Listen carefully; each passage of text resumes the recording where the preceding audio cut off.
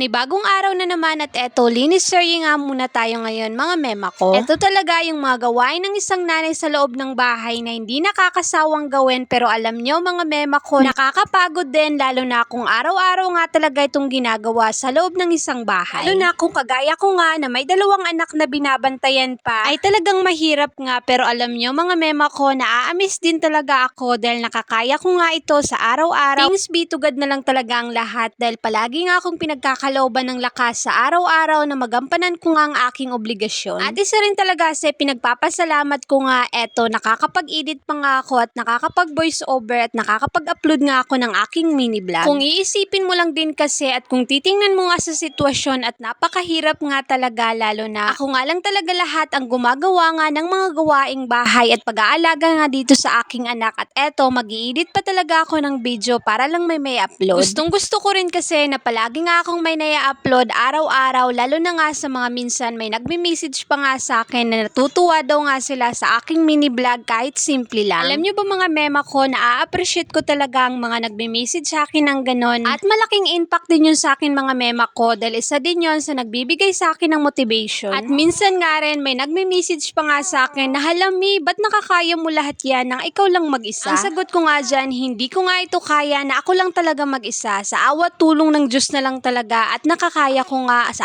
araw-araw. Wala din naman kasi akong choice kundi magtiis muna sa sitwasyon namin ngayon dahil alam ko hindi naman ito permanente. May mga araw din talaga mga mema ko na itong lupang katawan ko nga ay nangihina na nga rin at pagod na pero syempre pahinga din tayo pag may time. Ang palagi ko na lang talaga hinuhugutan ng lakas ay ang awa nga ng Diyos at itong ang dalawa kong anak na sabi ko araw-araw ko talaga itong ipapanalo. Ang isa talaga sa mga struggle ko rin sa pagbabantay nga dito sa dalawa kong anak, kapag umiyak ang isa ay iiyak din ang isa. Kaya minsan pati tuloy ako ay napapaiyak na nga rin. Char!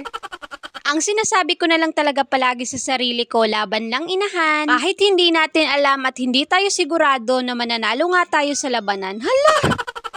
O siya, pasensya na at napunta na naman tayo sa labanan ng buhay kaya eto, mabalik na nga rin pala tayo dito sa aking ginagawa. Nagpalit na nga rin pala ako dyan ng bedsheet at itong mga punda dahil nangangamoy laway na nga rin. Hala, charis!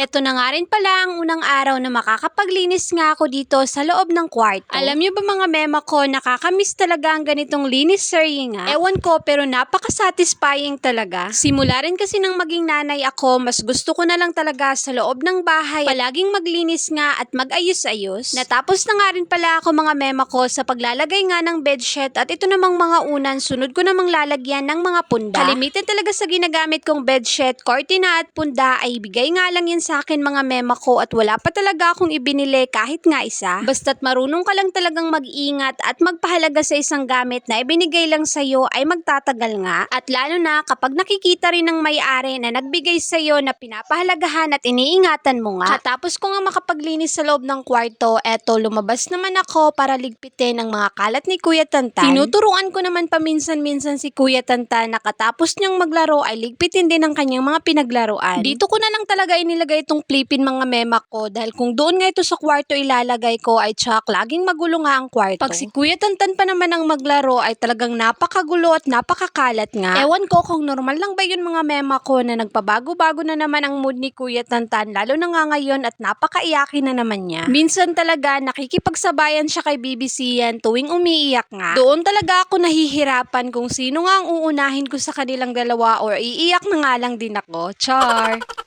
Natapos na nga rin pala ako sa pagwawalis mga mema ko, pati nga rin sa labas, kaya ayan, pumasok na nga rin ako para nga rin maisalang itong aking mga labahin. At kung nakaabot nga rin kayo hanggang dito mga mema ko, maraming salamat po. At hanggang dito na lang po muna. See you in my next vlog.